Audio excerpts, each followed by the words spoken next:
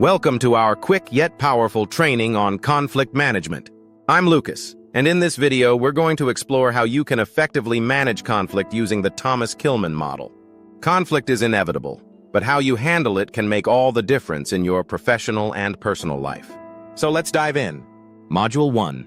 Introduction to Conflict Management.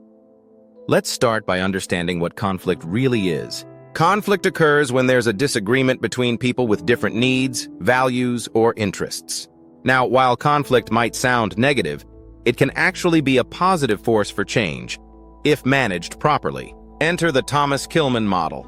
This model identifies 5 distinct conflict handling styles, each with its own strengths and weaknesses. The key is to know which style to use in different situations. So, whether you're in a heated debate over the best coffee in the office, or a serious disagreement about project direction, this model has got you covered. Conclusion for Module 1. By understanding that conflict is natural and can be positive, you've taken the first step toward managing it effectively. In the next module, we'll break down each conflict handling style in the Thomas Kilmann model. Module 2. Conflict handling styles. Let's take a closer look at the 5 conflict handling styles outlined in the Thomas Kilmann model. Think of these as tools in your conflict resolution toolkit. The trick is knowing which tool to use and when. 1. Competing. This style is all about standing your ground and asserting your position. It's useful when you need to take quick, decisive action, but it can be seen as aggressive if overused.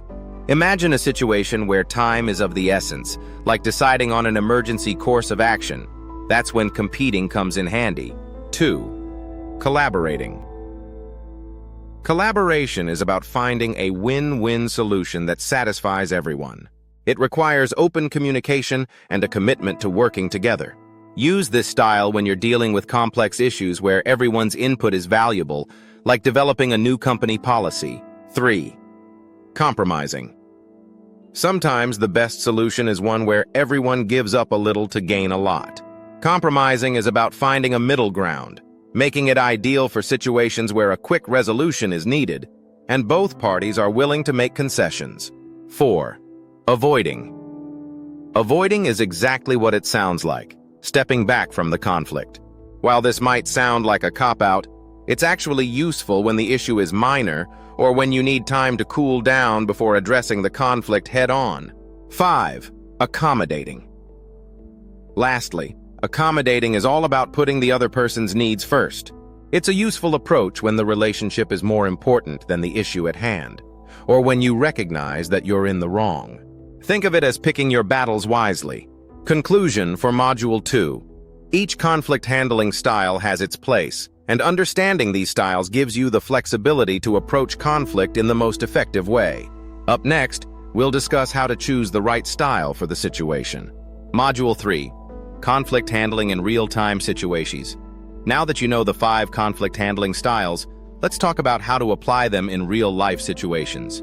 The key is to assess the situation by considering 2 factors: assertiveness, how much you care about your own needs, and cooperativeness, how much you care about others' needs. Imagine you're in a meeting where there's a disagreement about the project timeline. If the timeline is non-negotiable, a competing style might be necessary. However, if the timeline can be adjusted and everyone's input is valuable, you might opt for collaborating. Let's say 2 departments are in conflict over resource allocation. If time is short and you need a quick resolution, compromising might be the best route.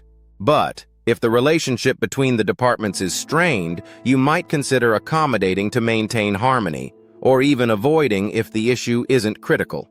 Conclusion for Module 3. The Thomas Kilmann model is not one-size-fits-all. It's about picking the right style for the right situation.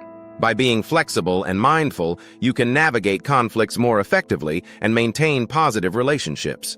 Congratulations, you've completed the conflict management course. You now have a deeper understanding of the Thomas Kilmann model and how to apply different conflict handling styles based on the situation. Remember, conflict is not something to fear. It's an opportunity for growth and improvement. By mastering these strategies, you'll be better equipped to handle any conflict that comes your way with confidence and skill. Thanks for joining me, and I look forward to seeing you in our next course.